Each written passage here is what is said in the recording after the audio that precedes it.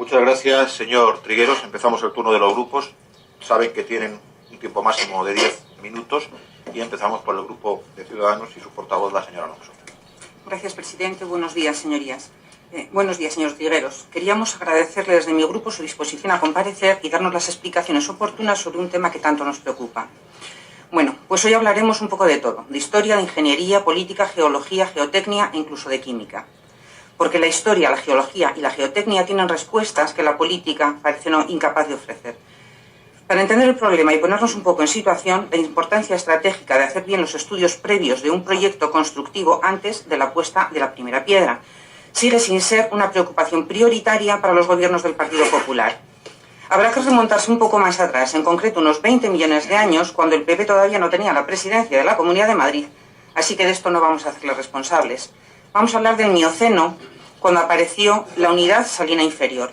San Fernando de Henares estaba edificada por encima de esta capa salina, pero si su espesor es de hasta 4 metros, su extensión puede serlo de cientos de kilómetros cuadrados. Esta capa de sales se deposita bajo un lecho de arcillas y otros sedimentos comprimidos hasta que llegaron las tuneladoras. Las obras de ampliación de la línea 7 iniciaron una serie de reacciones químicas bajo tierra cuyos efectos son imprevisibles. La glauberita se disuelve y se forma yeso, cuya salmuera produce tenardita, que cuando se hidrata con agua de lluvia o con las aportaciones del río Jarama, produce mirabilita. Todo esto genera unos enormes cambios de volumen que acaban provocando que la superficie suba o baje unos milímetros, lo suficiente para producir grietas en los edificios que hay encima. Más aún, el colapso de estas estructuras subterráneas provoca, como ya previeron los autores del estudio de asesoramiento hidrogeológico que se contrató desde la Consejería de Infraestructuras, que estos procesos se aceleren.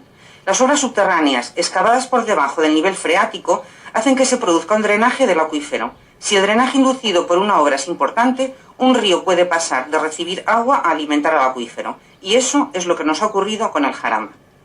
En cierto sentido, podría decirse que el río empezó a cambiar su curso para circular por el trazado del túnel de la línea 7B. Hagamos una recapitulación de sucesos más recientes. Hace casi 10 años, el 5 de mayo de 2007, Esperanza Aguirre, Ignacio González y Alberto Ruiz Gallardón acudieron a la inauguración del Metro Este, la ampliación de la línea 7 de metro que llevaba el suburbano hasta las localidades de Coslada y San Fernando de Henares. Los trenes de esta ampliación iban y venían hasta la estación de Estadio Olímpico, clave en las aspiraciones de la capital para lograr los Juegos Olímpicos.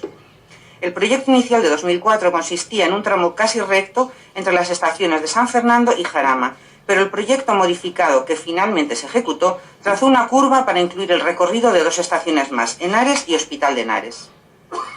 Semanas después de la inauguración, vecinos de San Fernando se percatan de algo curioso. Al llegar el metro a su pueblo, los cristales de los vagones aparecían cubiertos de una capa de salitre. En verano de 2009 cerraron unos meses para hacer trabajos de impermeabilización. Pronto los responsables del metro sospecharon que algo iba mal. El tren, al atravesar esa curva, iba más despacio.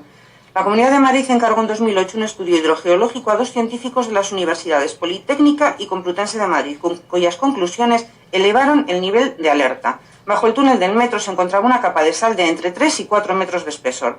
Como consecuencia de las filtraciones de agua, esta sal se estaba descomponiendo. Cuando se hace una excavación profunda en un terreno, ya sea un pozo vertical, pozo de ventilación, pozo de bombeo, excavación de la estación, etc., o una excavación horizontal como la línea del metro, el agua que se encuentra en el substrato se dirige hacia la cavidad excavada. El gran problema en este caso fue que las obras no solo habían alterado el recorrido propio de las aguas subterráneas, provocando las infiltraciones hídricas esperadas y calculadas en el proyecto constructivo, sino que por la composición propia del terreno, el agua del río Jarama había empezado a filtrarse hacia allí. En unos pocos meses, el sistema de drenaje ideado para soportar 2 litros por segundo y kilómetro estaba soportando 60 de un líquido hipersalino, provocando el colapso de la infraestructura de bombeo.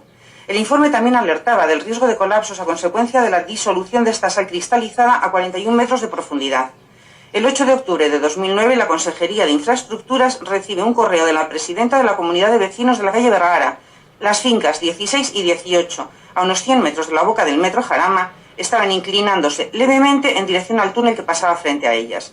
En los siguientes 5 años, otras viviendas en calles cercanas comienzan a fisurarse. En el subterráneo la cosa no pintaba mucho mejor. Tras haber sufrido cierres parciales prácticamente cada curso, en los que se trató de consolidar el terreno inyectando mortero para cubrir huecos y evitar riesgo de colapso, el tramo permaneció cerrado durante más de un año antes de abrirse de nuevo el 3 de diciembre del 16. Poco después, la Comunidad de Madrid ha anunciado que cerrará cada 2 años durante unos meses cada vez. Hoy la Comunidad de Madrid reclama a Dragados más de 20 millones como compensación. Por su parte, la empresa arguye que ellos se limitaron a ejecutar el proyecto, cuya versión original sufrió importantes modificaciones por decisión exclusiva de Mintra. En verano del 16 y con el metro cerrado durante meses para impermeabilizar el túnel, mi grupo parlamentario hizo comparecer al director general de Infraestructuras, usted mismo, señor Trigueros, para preguntarle por los problemas de filtraciones. En respuesta, usted mencionó la capa de alitas y señaló: estas sales, que son mucho más solubles que el yeso, no fueron identificadas en los estudios geotécnicos del proyecto, por tener un aspecto muy similar al del resto de la formación y quedar por debajo de la base del túnel. ¿Falló el proyecto a la hora de identificar estos terrenos? No. Según puede apreciarse en el modificado, en un sondeo realizado el 4 de abril de 2005 se indica claramente que existe alita masiva cristalina con síntomas de disolución. Estas sales aparecieron en los sondeos ejecutados para las obras de reparación, no para las obras de construcción ni para la ejecución del modificado. El sondeo fue realizado en un punto clave del trazado, junto al pozo de bombeo ideado para recoger las aguas subterráneas con un sistema de canalizaciones y devolverlas a la superficie. El pozo está más profundo que el túnel del metro y que la capa de sal. Desde mi grupo parlamentario de Ciudadanos se hizo una serie de peticiones de información en lo referente al proyecto de la línea 7B. Los plazos del proyecto son raros. El proyecto de ampliación es de julio 2005 y el de rectificación del trazado para adecuarse a esta ampliación es de marzo 2006. Por otro lado, ya se estaban haciendo sondeos para los proyectos modificado y complementario antes de anunciarse la ampliación, algo que ocurrió en marzo de 2005.